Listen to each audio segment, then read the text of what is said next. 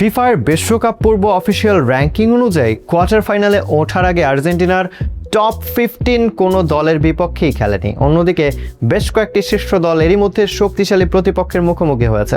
বিশ্বকাপের কোয়ার্টার ফাইনালে পৌঁছাতে গিয়ে কার পথ ছিল সবচেয়ে সহজ আর কে পেরিয়েছে সবচেয়ে কঠিন পরীক্ষা? ফিফার বিশ্বকাপ পূর্ব অফিসিয়াল র্যাঙ্কিং বলছে এক চমকপ্রদ তথ্য। বর্তমান বিশ্ব চ্যাম্পিয়ন আর্জেন্টিনা কোয়ার্টার ফাইনালে ওঠার আগে টপ 15 তো দূরের কথা, টপ 20-রও কোনো দলের মুখোমুখি হয়নি। অথচ একই সময় অন্য শীর্ষ দলগুলো খেলতে হয়েছে তুলনামূলক শক্তিশালী প্রতিপক্ষের বিপক্ষে। এটি কি শুধু ড্রয়েরই ফল নাকি নিছক কাকতালীয়? আজকের প্রতিবেদনে থাকছে পুরো পরিসংখ্যান।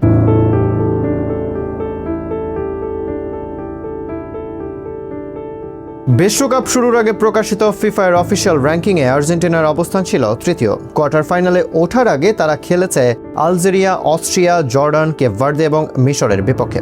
র্যাঙ্কিং অনুযায়ী অস্ট্রিয়া ছিল 24 নম্বরে, আলজেরিয়া 28 নম্বরে, মিশর 29 নম্বরে, আর জর্ডান ও কেপ ভার্দে দুই দলই ছিল টপ 50 এর বাইরে। অর্থাৎ কোয়ার্টার ফাইনালের আগে আর্জেন্টিনাকে টপ 20-এর কোনো দলের বিপক্ষে মাঠেই নামতে হয়নি।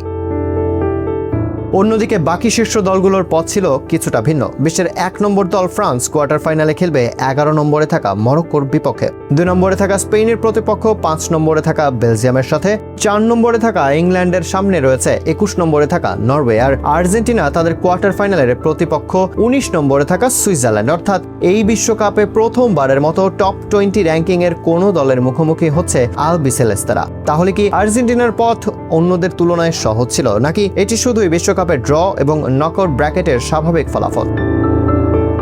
পরিসংখ্যান বলছে ফ্রান্স কোয়ার্টার ফাইনালে উঠেই টপ 15 দলের মুখোমুখি। স্পেন খেলছে সরাসরি টপ 5 দলের বিপক্ষে, ইংল্যান্ডের সামনে টপ 25 এর প্রতিপক্ষ, আর আর্জেন্টিনা প্রথমবার টপ 20 এর একটি দলের বিপক্ষে। এখন দেখার বিষয়, সুইজারল্যান্ড কি আর্জেন্টিনার জন্য হবে এই বিশ্বকাপের প্রথম বড় পরীক্ষা, নাকি লিওনেল মেসিদের সামনে আরেক ধাপ এগিয়ে যাওয়ার নতুন সুযোগ? এর উত্তর মিলবে মাঠেই। ফুটবলে শেষ কথা কখনোই পরিসংখ্যান নয়, শেষ কথা বলে 90 মিনিটের লড়াই। তবে বিশ্বকাপের এই র্যাঙ্কিং পরিসংখ্যান ইতিমধ্যেই শুরু করে দিয়েছে নতুন বিতর্ক। তবে এটাও পাশ কাটিয়ে ওঠার উপায় নেই যে ফুটবলের লড়াইয়ে প্রতিপক্ষ যত শক্তিশালী হয় সেই লড়াইটা জিতে যাওয়াটাও অনেক কষ্টসাধ্য হয়। উদাহরণ দিয়ে শেষ করা যায়। ধরুন, এক জঙ্গলে 2 সিংহ লড়াই করছে, সেটা যেমন 2 সিংহের জন্যই চ্যালেঞ্জ, তেমনি সিংহটি যদি লড়াই করে ভাল্লুকের সাথে সেটা অতটা কষ্টসাধ্য কম, কারণ ভাল্লুক ঠিকই বুঝে যাবে যে তার লড়াইটা বনের রাজার সাথে। পরিশেষে আপনার মতে আর্জেন্টিনার পথ কি তুলনামূলক সহজ ছিল, নাকি এটিকে স্বাভাবিক টুর্নামেন্টে ড্র বলেই মনে করেন? মতামত জানান কমেন্ট বক্সে। আর এমন দেশ ও বিশ্বের গুরুত্বপূর্ণ ঘটনা, বিশ্লেষণ ও নির্ভরযোগ্য প্রতিবেদন পেতে নেক্সট জেন নিউজের সাথেই থাকুন।